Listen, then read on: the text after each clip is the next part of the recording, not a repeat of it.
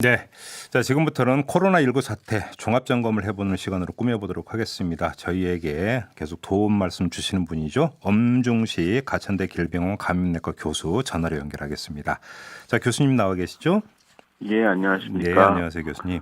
일단 어젯밤에 있었던 일을 좀 먼저 여쭤보고 싶은데요. 그 이재명 경기지사가 어젯밤에 가평으로 가서 이만희 신천지 총회장 검체를 채취하려고 했는데 이걸 피해서 이만희 총회장은 또 과천에 가서 검사를 받았거든요. 근데 이미 검사를 받았다고 밝히지 않았습니까? 예, 검사를 어디서 어떻게 받아서 결과를 냈는지까지는 제가 정확하게 모르겠는데, 네. 어쨌든 이런 감염병이 의심되는 환자를, 지자체 단체장이 검사를 하도록 명령할 수 있는 법적 근거는 있습니다. 아, 그래요. 그런데 이제 제가 여쭤보는 것은 신천지 쪽에서 미리 밝힌 바에 따르면 지난 2월 29일에 한 병원에 가서 검사를 받았고 3월 1일인가요? 음성 판정까지 받았다라고 밝혔는데 이재명 지사는 다시 검체를 채취하러 갔다는 것은 이걸 믿을 수 없다라는 판단이 여기에 깔려 있다고 봐야 되는 거죠. 검사 기관하고 검체 채취 과정이 실제로 이제 확인된 건 아니니까요. 네. 이제 결국은 이제 이건 신뢰 문제이긴 한데, 이만희 총회장이 얼마나 신뢰할 수 있는 행위를 했느냐에 따라서 지자체장이 판단을 한 것 같습니다. 그러니까 네. 여러 가지 정보를 주고받는 과정에서 신뢰할 수 없는 상황이다라고 판단을 해서 그런 게 아닌가 생각을 하는데요. 네네. 실제로 이게 정말 좋은 방법이었느냐는 조금 고민거리가 있습니다. 알겠습니다. 아무튼 이제 과천에 가서 과천 보건소에서 검사를 받았다는 거 검사 결과가 좀 나오는 걸 좀 봐야 될 것 같고요. 자, 지금 대구 경북 외에 최근에 충청권에서도 확진자가 늘고 있는데 역시 진원지는 줌바 댄스 여기라고 봐야 되는 건가요?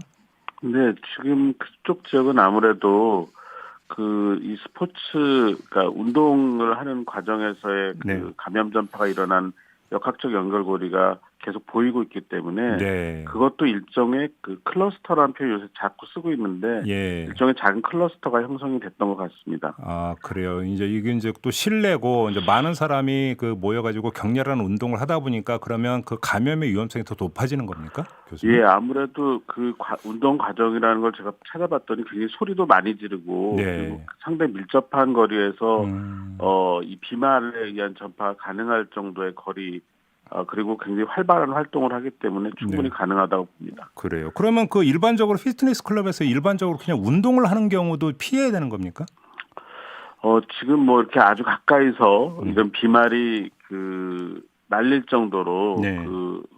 격렬한 운동도 그렇지만 실제로는 이제 호흡기 증상이 있는 분들이 운동 기구 같은 데다가 기침을 하면서 비말을 붙이게 되면 이게 이제 접촉 전파가 가능해서 예. 지금 조금 고민거리이긴 하지만 실제로 자체적으로 이런 운동센터나 이런 데가 문을 닫는 데도 꽤 있는 것으로 알고 있습니다. 아, 그래요?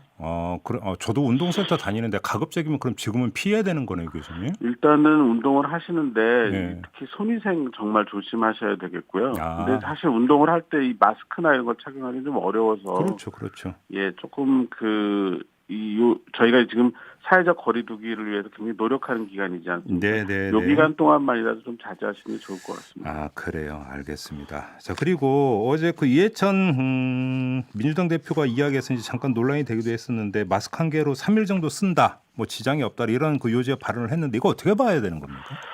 마스크를 이제 일회용 마스크가 대부분인데요. 네. 이 마스크를 얼마나 쓸 수가 있고 또 그다음에 재활용이 가능한가에 대해서는 사실은 근거가 별로 없습니다. 그러니까 보통 저희가 통상적으로는 일회용 마스크는 사용을 하고 그 다음에 어떤 다른 행위를 할 때 특히 이제 마스크 앞부분이 이렇게 우리 호흡으로 인해서 젖게 되면 반드시 갈아서 사용하게 되어 있거든요. 근데 최근에 이제 마스크가 너무 부족하다 보니까 이제 여러 가지 이야기들이 나오는데 사실 이런 장기 사용이나 재사용에 대한 근거는 별로 없습니다. 그러면 좀 그냥 이거저거 떠나서요, 교수님. KF80, 94 이런 거 말고 그냥 천 마스크 쓰면 안 되나요? 정말 마스크를 구할 수 없다면 면 마스크라도 써야 되겠죠. 그런데 이 면 마스크를 사용할 때도 여러 개의 면 마스크를 이 교환해 가면서 착용을 해야 되거든요. 예. 그러기가 또 쉽지가 않은 것이죠. 아, 그래요. 참 이게 지금 마스크가 어찌 보면 이제 가장 큰 문제가 되어 버렸는데 이게 지금 이제 뭐 공급 부분에 있어서는 지금 뭐 그러니까 당장 뭐 오늘 당장 어떻게 뭐가 좀 개선될 것 같지는 않아 가지고 좀 답답해서 좀 여쭤봤던 건데요. 아무튼 좀 근데 이제 마스크라 하더라도 이게 이제 사용을 어느 정도 했느냐에 따라서는 좀 더 그러니까 더 길게 사용할 수도 있다 이런 얘기도 있던데 그건 맞는 얘기죠? 이게 보통은 저희가 그 의료 현장 같은 데서는 마스크를 한번 착용을 하고 네. 뭐 1시간에서 2시간 이상 계속 착용할 걸 권하지는 않습니다. 아. 왜냐하면 이제 그 아까 말씀드린 것처럼 호흡하는 과정에서 마스크 앞부분이 수분에 의해서 적게 되고요. 이러면 이제 필터 효과가 적어지기 때문에 네. 이제 그렇게 권고를 하고 있는데 네. 지금 같은 마스크 대란 상황에서는 뭐라고 어떻게 권고를 해드려야 될지 조금 난감한 상황이긴 합니다. 알겠습니다. 어제도 좀 여쭤봤는데 병상 얘기를 좀 다시 여쭤볼게요. 일단 지금 그 대구시 같은 경우는 대통령이 긴급 명령권을 발동해서라도 병상을 더 확보해 줬으면 좋겠다 이렇게 요청을 했는데 지금 그렇게까지 이제 심각하고 이 명령권까지라도 발동해야 될 상황이라고 봐야 될까요? 어떻게 봐야 될까요? 그러니까 워낙 지금 대구에서 아직까지는 좀 그 환자가 대량으로 계속 나오고 있기 때문에 네.